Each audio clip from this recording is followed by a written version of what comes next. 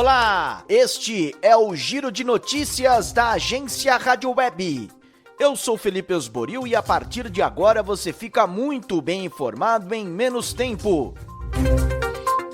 Pesquisa Datafolha informa: quase metade dos brasileiros viu a renda familiar diminuir nesta pandemia. Entre informais e autônomos, a perda passou de 60% dos entrevistados. Após críticas, Rússia afirma que vai testar a vacina contra o coronavírus em 40 mil pessoas. O país adequa o discurso, mas segue sem divulgar os estudos que levaram a esta vacina atual que está sendo testada por lá. Ainda sobre a vacina russa, o Kremlin afirma que negocia produção em massa com o Brasil e que imunidade pode durar até 2 anos desta vacina. Pelo 4º dia consecutivo, índios Caiapó bloqueiam BR. Edir Gaia, direto de Belém do Pará. Pelo 4º dia consecutivo, os caiapós desafiam ordem judicial e mantêm a ocupação na BR-163, próximo a Novo Progresso, região sudoeste do Pará, a mais de 1.700 quilômetros de Belém. A fila de veículos chega a 20 quilômetros. O MPF entrou com recurso na Justiça Federal em Brasília contra a ordem judicial que determina a retirada dos indígenas com força policial. Os índios exigem a retirada dos madeireiros de suas terras e querem ser ouvidos antes da construção da Ferrogrão.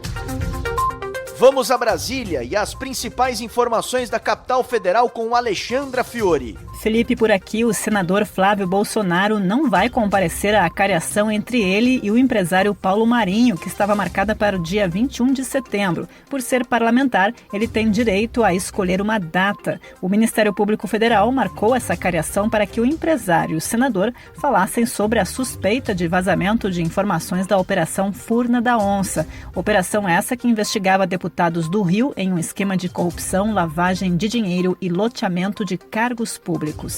E o TSE está correndo para dar conta do calendário eleitoral. A Justiça Eleitoral já está convocando mesários por e-mail, telefone e WhatsApp. Apenas 1/3 dos partidos estão aptos a receber recurso do fundo eleitoral, mas o plenário, por outro lado, adiou a votação da proposta que garante financiamento e tempo de propaganda eleitoral proporcional para candidatos negros. O repórter Yuri Hudson tem os detalhes. O relator Luiz Roberto Barroso e o ministro Edson Fachin já tinham votado pela divisão proporcional. Nesta quinta, o ministro Alexandre de Moraes também acompanhou o entendimento.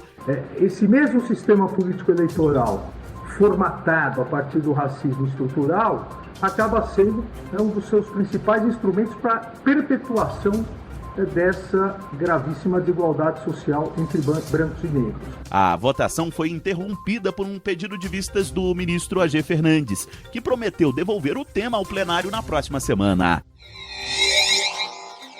A Câmara dos Deputados atendeu o apelo do governo e decidiu nesta quinta-feira manter o veto do presidente Jair Bolsonaro à possibilidade de concessão de reajuste para servidores da saúde, segurança e outros considerados essenciais durante a pandemia. A proibição do reajuste ao funcionalismo público até o fim de 2021 foi colocado em um acordo entre governo federal, estaduais e o Congresso. Já pela manhã, o presidente Jair Bolsonaro fez pressão para o veto ser mantido pelos deputados. Então eu não posso governar um país se esse veto for mantido na Câmara. É impossível governar o Brasil. Isso é impossível.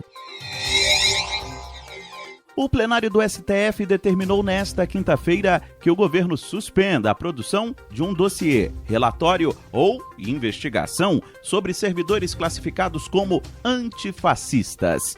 O tribunal analisou a ação da Rede, que questiona a produção de um suposto dossiê pelo Ministério da Justiça, que mira quase 600 funcionários públicos, a maioria deles da área de segurança, que são opositores a algumas teses do governo federal. A relatora do tema, Carmen Lúcia, votou na quarta pela suspensão do dossiê. Apenas o ministro Marco Aurélio Mello divergiu.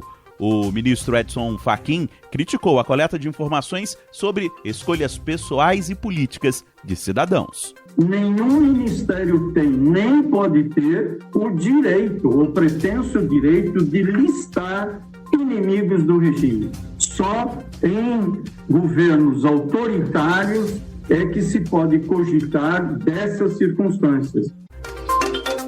João Vitor dos Santos traz mais notícias sobre a garota que foi estuprada pelo tio aos 10 anos. A família da menina de 10 anos, estuprada por 4 anos e que passou por um aborto autorizado pela justiça, decidiu que ela vai mudar de nome. Além de receber uma nova identidade, a criança vai mudar de endereço, não retornando mais para a cidade de São Mateus, no Espírito Santo. Professora da rede estadual de São Paulo é demitida após negar em rede social o estupro da menina no Espírito Santo. Na postagem, a educadora diz que a criança estuprada pelo tio já tinha vida sexual há 4 anos com este homem. Lamentável. Onda histórica de frio no sul do país derruba temperaturas. Christian Feula. A esperada frente fria chegou, Felipe, e se espalha rapidamente pela região sul. Nesta quinta-feira, a cidade de Cambará registrou temperatura negativa de 1 grau. A previsão é de queda brusca em todos os estados da região, com possibilidade de neve a partir da madrugada desta sexta. O frio intenso alerta as prefeituras e abrigos para o atendimento de pessoas em situação de rua. Estão sendo organizados mutirões e locais provisórios para o atendimento dessa população. Ponto final nesta edição do Giro de Notícias. Na segunda-feira eu volto com mais informação em menos tempo. Até lá!